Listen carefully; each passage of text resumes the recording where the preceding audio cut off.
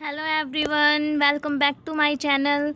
आज हम करेंगे इशू ऑफ शेयर्स का नेक्स्ट टॉपिक, जो कि है इशू ऑफ शेयर्स, यानी कि शेयर्स को हम किन किन तरीक़ों से इशू कर सकते हैं। जो एक कंपनी होती है वो शेयर्स को किन तरीक़ों से इशू कर सकती है। जैसे कि इसमें फर्स्ट रहेगा for cash by private placement of shares, यानी कि कंपनी क्या करती है, अपने प्राइवेट लोगों को शेयर्स दे देती है कैश में। सेकंड पॉइंट रहेगा for cash by public subscription of shares, यानी कि पब्लिक को शेयर्स यहाँ पे दिए जाते हैं कैश में। थर्ड पॉइंट रहेगा for consideration other than cash, यानी कि यहाँ पे कंपनी जब शेयर्स इशू करती है तो वो कैश लेने की बजाय कोई और चीज़ ले लेते हैं, लाइक कोई एसेट्स ले लेती है जिसको भी शेयर्स देती है। इस टाइप से इनको हम आगे डिटेल में करेंगे। तो इसमें फर्स्ट पॉइंट हमारा क्या था, private placement of shares. Private placement of shares का मतलब क्या होता है, यानी कि जो शेयर्स है ना वो कंपनी क्या करती है, प्राइवेट लोगों को दे देती है, यानी जिनको वो जानते हैं, लाइक जो कंपनी के डायरेक्टर्स होते हैं, प्रोमोटर्स होते हैं, उनको दे दिए जाते हैं। अब इसको डिटेल में करते हैं। जैसे कंपनीज एक्ट 2013 के सेक्शन 42 के अंदर बताया हुआ है कि जो एक कंपनी है वो प्राइवेट प्लेसमेंट के बेसिस पे भी शेयर्स को इशू कर सकती है। कई बार क्या होता है कि कंपनी के जो प्रोमोटर्स होते हैं ना, पब्लिक कंपनी के प्रोमोटर्स कौन होते हैं, जो कंपनी को बनाने में हेल्प करते हैं, जो कंपनी को बनाते हैं। तो जो प्रोमोटर्स होते हैं पब्लिक कंपनी के, वो ये सोचते हैं कि जो उनका प्राइवेट सोर्स है ना, लाइक वो अपने दोस्तों वगैरह को शेयर्स इशू करके अगर कैपिटल रेज करेंगे तो वो कंपनी के लिए ज़्यादा अच्छा रहेगा। उन्हें ऐसा लगता है। तो उस सिचुएशन में क्या होता है कि कंपनी क्या करती है, पब्लिक को इन्वाइट नहीं करती अपने शेयर्स के लिए, बल्कि प्राइवेट लोगों को ही शेयर्स दे दी जाते हैं। किन लोगों को, लाइक प्रोमोटर्स को, फ्रेंड्स को, रिलेटिव्स, रिश्तेदारों को, share holders of group companies को, म्यूचुअल फंड्स को, नॉन रेजिडेंट इंडियंस को, यानी कि जो बाहर के लोग हैं, इंडिया में नहीं रहते लेकिन दोस्त हैं। Financial institutions like LIC, UTI, ICICI, LIC मतलब life insurance corporation of India, unit trust of India UTI, industrial credit and investment corporation of India ICICI etcetera. जब ये शेयर्स जो है पब्लिक ऑफर नहीं किए जाते, इट मीन्स जब private placement की जाती है, तब कंपनी को प्रोस्पेक्टस इशू करने की ज़रूरत नहीं होती। तब कंपनी क्या करती है, प्रोस्पेक्टस की जगह एक ड्राफ्ट प्रोस्पेक्टस बनाती है, यानी एक रफली प्रोस्पेक्टस बना देती है, जिसे हम क्या बोलते हैं, statement in lieu of prospectus.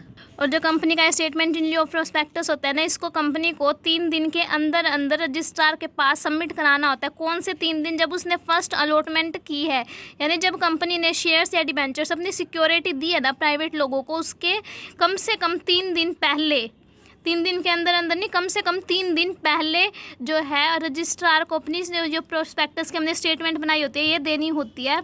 Then इसके बाद रहेगा कि प्राइवेट प्लेसमेंट ऑफ शेयर्स जब किया जाता है, तब अलॉटीज जो होते हैं ना, यानी कि जिनको शेयर्स दिए गए हैं प्राइवेट लोगों को, वो अपने शेयर्स जो है 3 साल तक किसी दूसरे को सेल नहीं कर सकते, यानी उन्हें डिस्पोज ऑफ नहीं कर सकते कम से कम 3 सालों तक। ये जो 3 साल का टाइम होता है इसको लॉक इन पीरियड बोला जाता है। देन इसी में रहेगा sweet equity shares. Sweet equity shares क्या होते हैं, कंपनीज एक्ट 2013 के सेक्शन 54 के अंदर ये बताया हुआ है कि एक कंपनी जो है वो स्वीट इक्विटी शेयर्स भी इशू कर सकती है। स्वीट इक्विटी शेयर्स कौन से होते हैं, ये वो शेयर्स होते हैं जो कंपनी अपने एम्प्लॉयज़ को या डायरेक्टर्स को इशू करती है डिस्काउंट पे, या फिर अदर देन कैश, यानी कि उनसे कैश नहीं लेती, कि कोई और चीज़ के बदले में उनको ये शेयर्स दे देती है। ये जो शेयर्स होते हैं ये जिनको भी दिए गए हैं अलॉटीज़, वो 3 साल तक किसी और को जो है सेल नहीं कर सकते। इसे लॉक इन पीरियड बोला जाता है। इसका लॉक इन पीरियड जो है वो 3 साल का होता है। और जो स्वीट इक्विटी शेयर्स होते हैं जो कंपनी इशू करती है अपने डायरेक्टर्स को और एम्प्लॉयज़ को, ये नॉमिनल वैल्यू से कम पे उनको दिए जाते हैं, यानी कि जितने का लाइक 10 रुपये का शेयर है तो 9 या 8 रुपये का शेयर वो जो है दे दिया जाता है स्वीट इक्विटी शेयर। और इस जो स्वीट इक्विटी शेयर्स हैं, इन शेयर्स की जो एंट्रीज़ होएंगी, जर्नल एंट्रीज़ जो होएंगी, वो नॉर्मल जो इक्विटी शेयर्स होते हैं उन्हीं की तरह सेम जर्नल एंट्री होगी, इसमें कोई चेंज नहीं होगा। देन नेक्स्ट टॉपिक रहेगा एम्प्लॉय स्टॉक ऑप्शन प्लान। इसमें क्या होता है, कंपनीज एक्ट 2013 के सेक्शन 62 सबसेक्शन 1(b) के अंदर ये बताया हुआ है कि कंपनी जो है वो एम्प्लॉय स्टॉक ऑप्शन स्कीम के अंतर्गत अपने एम्प्लॉयज़ को शेयर्स दे सकते हैं, लेकिन उसके लिए कंपनी को एक अपना स्पेशल रिजोल्यूशन, एक प्रस्ताव पारित करना पड़ेगा जनरल मीटिंग के अंदर। एम्प्लॉय स्टॉक ऑप्शन का मतलब क्या होता है, इसका मतलब ये होता है कि यहाँ पे एम्प्लॉयज़ को एक अधिकार दे दिया जाता है कि वो जो है अपने शेयर्स परचेज कर सकते हैं, अभी भी कर सकते हैं और फ्यूचर डेट पे भी कर सकते हैं, जो कि मार्केट प्राइस से कम पे उनको दिए जाते हैं। उनके पास सिर्फ अधिकार होता है कि तुम परचेज कर सकते हो अगर तुम्हारी मर्जी है तो। उनका कोई कर्तव्य नहीं होता, बस उनके पास राइट होता है कि वो यूज़ कर सकते हैं उस राइट को, उनकी मर्जी होती है। ये एक वॉलेंट्री स्कीम होती है, यानी ऐच्छिक होती है, उनकी इच्छा होगी तो वो यूज़ कर लेंगे, अदरवाइज़ कोई कंपल्शन नहीं है।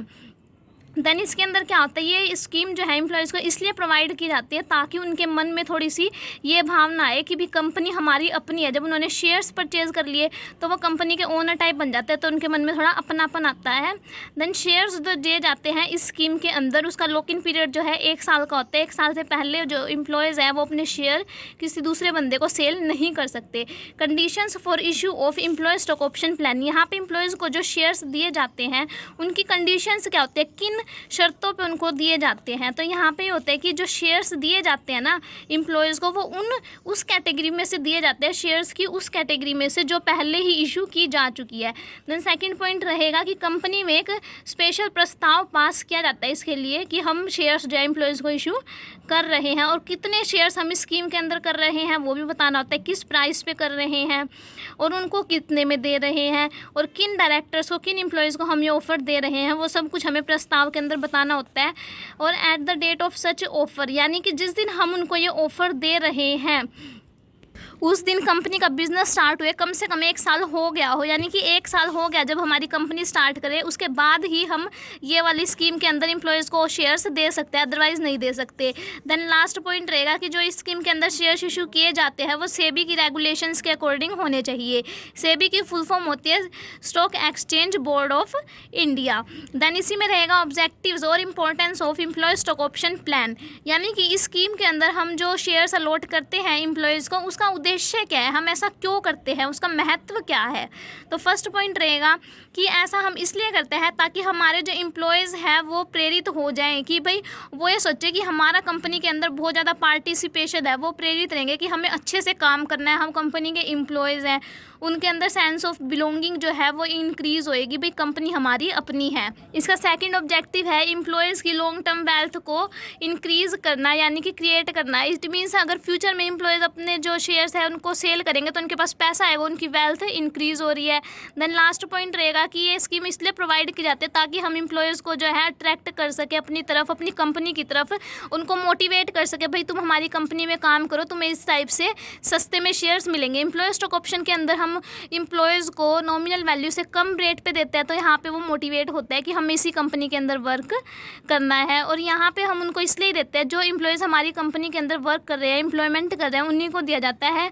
और यहाँ पे डिफरेंस ये होता है कि इशू प्राइस और मार्केट प्राइस के बीच का जो भी डिफरेंस होता है ना, जैसे कि हमने एम्प्लॉयज़ को सस्ते में शेयर दे दिए तो जितना था वो कंपनी का एक्सपेंस माना जाएगा, मतलब कंपनी ने लॉस पे दे दिया, 10 रुपये वाला शेयर 9 रुपये में दे दिया तो 1 रुपया कंपनी का एक्सपेंस माना जाएगा।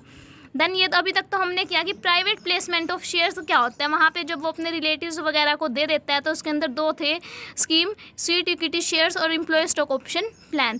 देन नेक्स्ट टॉपिक है पब्लिक सब्सक्रिप्शन ऑफ शेयर्स, यानी जब हम पब्लिक को इन्वाइट करते हैं अपने शेयर्स को परचेज़ करने के लिए तो उसके अंदर क्या होता है, जब हम पब्लिक को इन्वाइट करते हैं तो हमें क्या क्या स्टेप्स लेने पड़ते हैं। सबसे पहले प्रोस्पेक्टस इशू करना ज़रूरी होता है, देन उनसे हमें एप्लीकेशन रिसीव होती है, फिर कंपनी क्या करते हैं टू मेक अलॉटमेंट, उन्हें शेयर्स दे देती है। देन लास्ट पॉइंट रहेगा टू मेक कॉल्स, उनसे पैसे मंगवाए जाते हैं कॉल कर करके। तो फर्स्ट जो है टू इशू प्रोस्पेक्टस, इसके अंदर क्या होता है कि प्रोस्पेक्टस होता क्या है, इसमें हम पब्लिक को, कि जो जनरल पब्लिक है, जनता है, जो लोग हैं, उनको इन्विटेशन दिया जाता है कि तुम हमारी कंपनी के शेयर्स परचेज कर लो। उसके अंदर प्रोस्पेक्टस के अंदर कंपनी की पिछले कुछ सालों के प्रॉफिट बताए जाते हैं और ये बताया जाता है कि हमारी कंपनी इतने अच्छे से बिजनेस कर रही है, तो इससे क्या होता है लोगों का विश्वास बन जाता है उस कंपनी में, तो वो उस कंपनी के शेयर्स परचेज कर लेते हैं।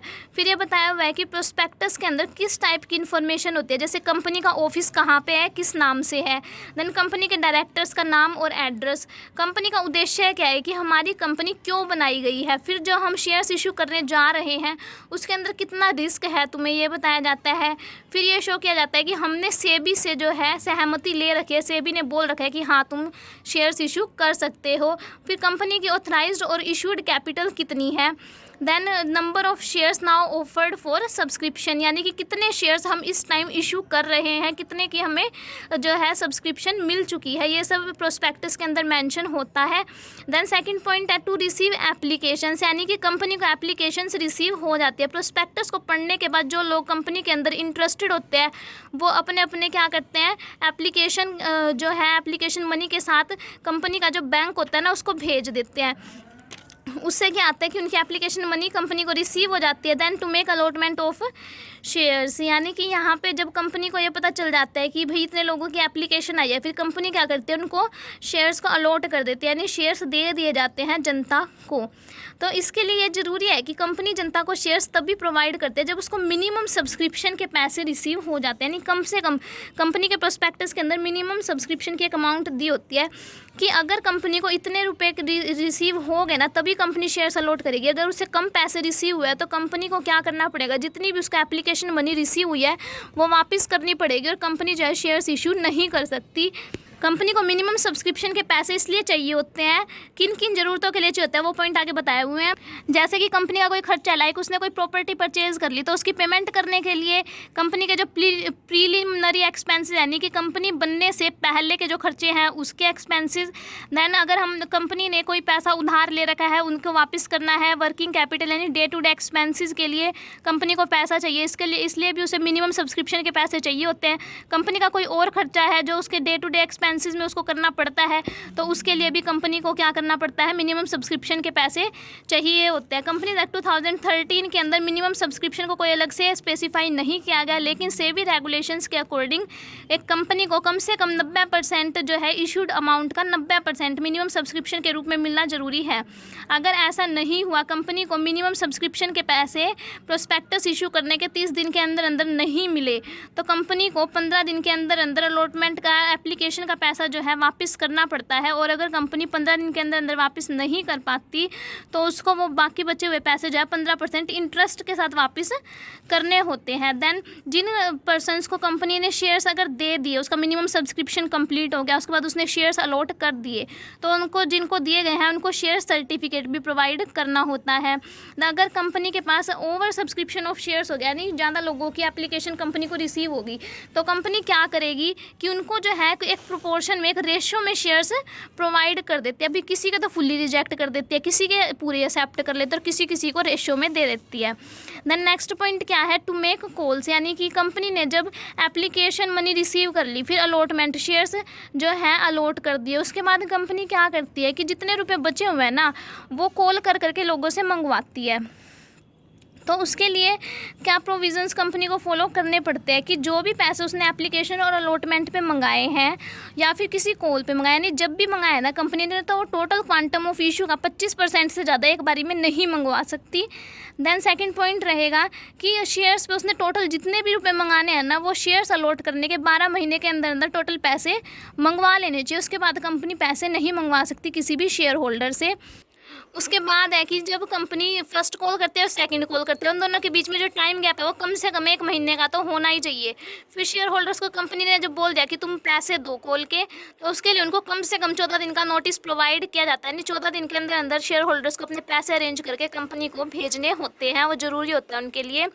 देन नेक्स्ट पॉइंट रहेगा कि जो कॉल्स की जाती है वो यूनिफॉर्म बेसिस पे एक निश्चित तौर से की जानी चाहिए, यानी कि उनके बीच में जो टाइम गैप है वो जो है फिक्स होना चाहिए कि किसी में ये नहीं है, किसी में 1 होगा, किसी में 6 महीने का गैप होगा, फिर किसी में 2 साल का होगा। ऐसा नहीं हो सकता, क्योंकि ये तो पहले ही बताया हुआ है कि 12 महीने के अंदर अंदर उन्हें पैसे जो है कंप्लीट अपने करने होते हैं। उसके बाद लास्ट में ये बताया हुआ है कि जब हम शेयर होल्डर से पैसे मंगवाते हैं तो उनको हमें एक कॉल लेटर देना चाहिए, कंपनी को एक कॉल लेटर प्रोवाइड करना चाहिए जिसके अंदर ये सब कुछ लिखा होना चाहिए कि कंपनी कितने रुपए मंगवा रही है, किस मोड में हम पैसे उसको दे सकते हैं, यानी शेयर होल्डर किस मोड में पैसे दे सकते हैं, किस एड्रेस पे पैसे भेजने हैं और लास्ट डेट क्या है।